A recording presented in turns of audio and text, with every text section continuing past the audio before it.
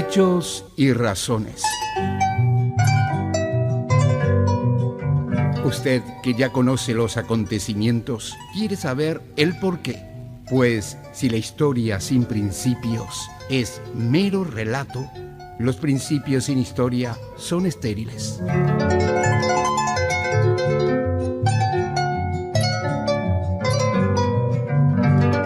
Hechos y razones. Reflexiones sobre la realidad actual desde una mirada filosófica de Mario Ramos Reyes.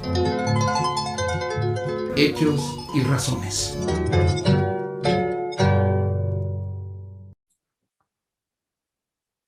Buenos días, queridos amigos. Nos encontramos de nuevo para un pequeño tema muy breve sobre la democracia, sobre filosofía política. Y es también aclarar una serie de principios. Y comienzo esta pequeña cápsula con una cita, una reflexión que nos viene de siglos, pero yo creo que está llena de sabiduría. Es una cita de Santo Tomás y que dice más o menos así.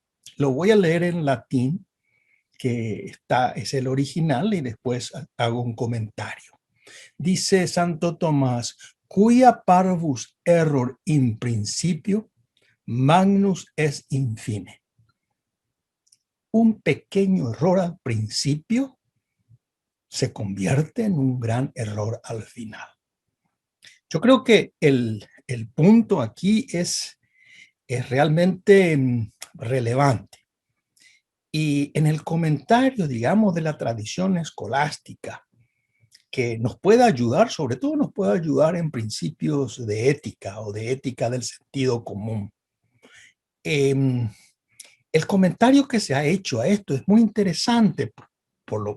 En ese sentido, Santo Tomás mismo dice que hay que evitar, dice, la aparición de discusiones y terminar con las riñas. Es decir, evitar aquellas guerras en donde uno está como luchando por imponer ciertos principios. Evitar las riñas o terminar las riñas entre personas. Pues si se produce al principio un error, y ese principio en sí mismo ya es la mitad del todo. Es decir, cometer un error al principio es prácticamente errar la mitad del camino. Por lo tanto, ese error que parece mínimo, al último acumulará una serie de errores posteriores. Y viene a cuento, yo creo, este punto de partida de Santo Tomás a una cuestión que yo veo en la democracia, que sin duda alguna es la gran propuesta política. Nadie puede hoy discutir que el régimen de la democracia es el mejor régimen de gobierno. Uno puede entrar y matizar diciendo que no es perfecto, pero es el mejor, una serie de cuestiones semánticas, incluso muy académicas, en donde podríamos incluso llevar a la afirmación de que, bueno, para algunos sistemas políticos, aparentemente la democracia es simplemente una elucubración verbal, pero en su contenido realmente no es así, porque los procedimientos que sigue ese régimen particular no condice con, digamos, separación de poderes y diversos requerimientos formales. Pero aquí yo quiero hacer énfasis en algo mucho más profundo. La democracia supone una creencia, pero no es una creencia arbitraria. No es una creencia, digamos, fundamentalista. Es una creencia fundada en razones y fundada en evidencias. Evidencias del tipo que nosotros utilizamos en un razonamiento moral, en donde ese régimen debe suponer, de nuevo, la creencia de que existe una verdad, existe error. Existe una conducta verdadera, verdaderamente humana y una conducta que no lo es. Que existe el bien, digamos, y que existe el mal, que existe lo correcto y que existe lo incorrecto. Pero no solo eso. Yo quiero incluso ir a algo más. Yo creo que esos principios establecen estándares objetivos que sirven para evaluar, que sirven para medir la conducta de los ciudadanos en una democracia. Me dirán ustedes, no son empíricamente verificables, posiblemente no, pero de nuevo, la ética no es la biología, la ética no es la física.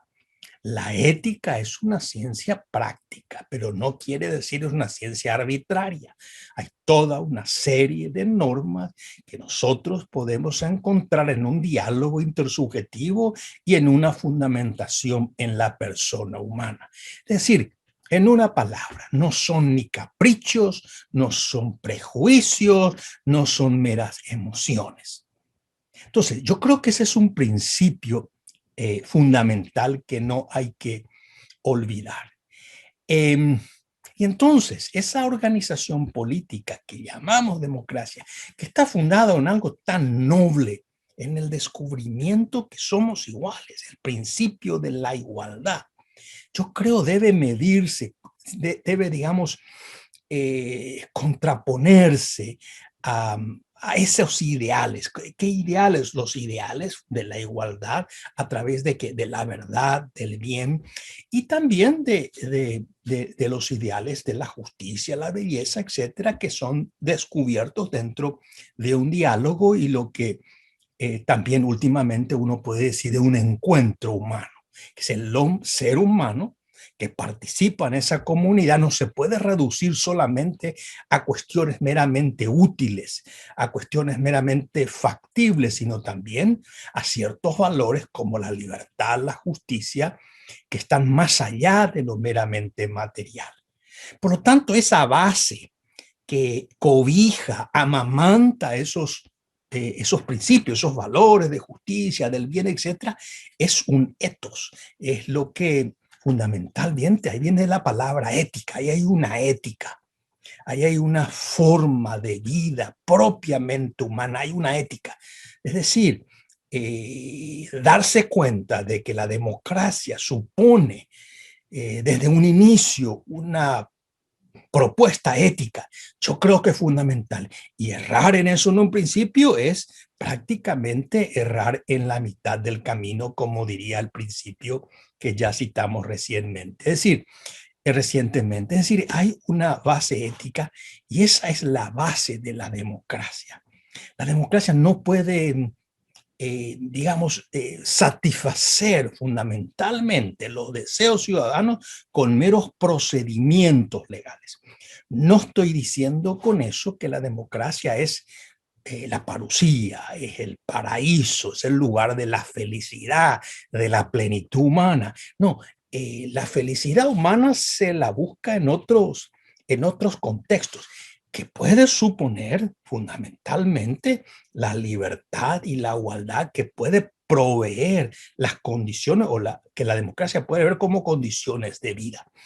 Pero la democracia no es el lugar donde uno tiene que ir a buscar fundamentalmente la felicidad.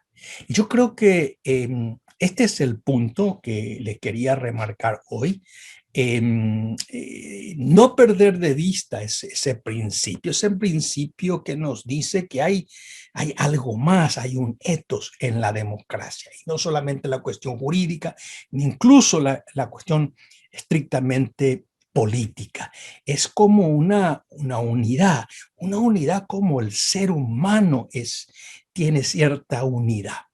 Y con eso los dejo y espero que esta pequeña reflexión desate o provoque pensamientos, porque hay muchas aristas que pueden elaborarse a partir de esto. Muchas gracias.